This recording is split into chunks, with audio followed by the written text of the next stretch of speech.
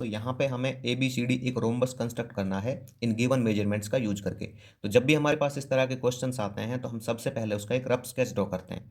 तो यहाँ पे rhombus A B C D का मैंने एक रफ स्केच ड्रॉ कर लिया है इस तरह से, और इसकी जो मेजरमेंट है वो मैंने इसमें फिल कर लिया है। तो ए बी यहाँ पे 6 सेंटीमीटर है, एंगल ए 50 डिग्री है। तो यहाँ पे मैं फिल कर चुका हूँ इनको। अब मुझे क्या करना है, इस रफ स्केच का यूज करके रोम्बस कंस्ट्रक्ट करना है। तो यहाँ पे देखिए जो ए बी है ना, ये बेस लाइन है, ये 6 सेंटीमीटर की है। तो सबसे पहले मैं इसी को ड्रॉ कर लेता हूँ। तो यहाँ पे मैं ले लेता हूँ ए बी, ठीक है, 6 सेंटीमीटर। तो ये आ जाएगा मेरे पास ये, ठीक है, 6 सेंटीमीटर। तो मैंने ले लिया इसको ए बी 6 सेंटीमीटर। अब मुझे क्या करना है, यहाँ पे जो ये ए है इस पर 50 डिग्री का एंगल बना देना है। तो मैं प्रोट्रैक्टर की यूज करके 50 डिग्री का एंगल बना देता हूँ यहाँ पे ए पे, ठीक है। तो ये यहाँ पे 50 डिग्री का एंगल आ जाएगा इधर। लाइन खींच देता हूँ मैं इस पे। तो ये हो जाएगा यहाँ पे, ठीक है, ये इसकी आर्म हो गई 50 डिग्री। तो ये मैं राइट कर देता हूँ यहाँ पे 50 डिग्री।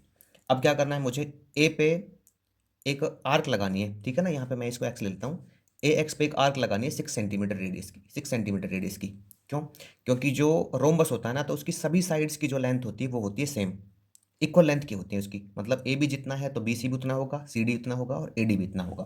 तो इसलिए मैं हर साइड को क्या लूँगा, 6 सेंटीमीटर लूँगा।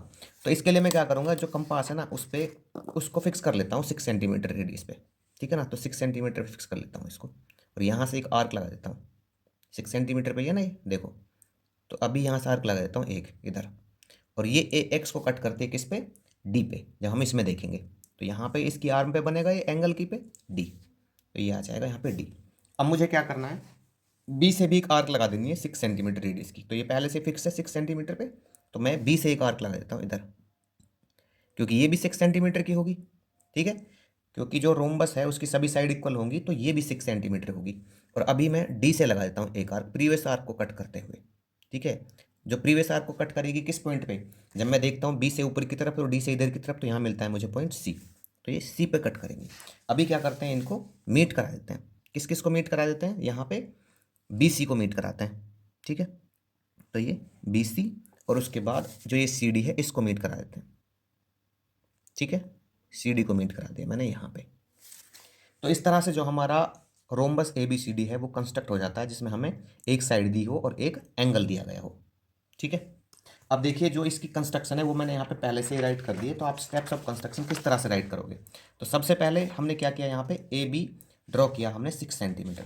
उसके बाद ए पे हमने 50 डिग्री का एंगल बनाया, ड्रॉ बी ए एक्स, ये ना B A X it is equal to 50 degree, and cut off A D 6 centimetre. मैं यहाँ पे राइट कर देता हूँ, ठीक है ना, 6 सेंटीमीटर। उसके बाद किया from B draw an arc. B से हमने 6 सेंटीमीटर रेडियस की एक आर्क लगाई, क्योंकि जितनी ये है उतनी ही ये भी होगी। उसके बाद हमने क्या किया, from D draw an arc of radius 6 centimetre intersecting previous arc at C. D से हमने पहले वाली आर्क जो हमने बी से लगाई थी उसको कट करते हुए 6 सेंटीमीटर रेडियस की एक आर्क लगाई जो इंटरसेक्ट करती है किस पे, सी पे। उसके बाद हमने क्या किया, ज्वाइन करा दिया किसको, एक तो बी सी को और एक डी सी को। ये तो लिखा है मैंने यहाँ पे, join D C and B C. उसके बाद जो हमारा रिक्वायर्ड रोम्बस है वो कंस्ट्रक्ट हो जाता है।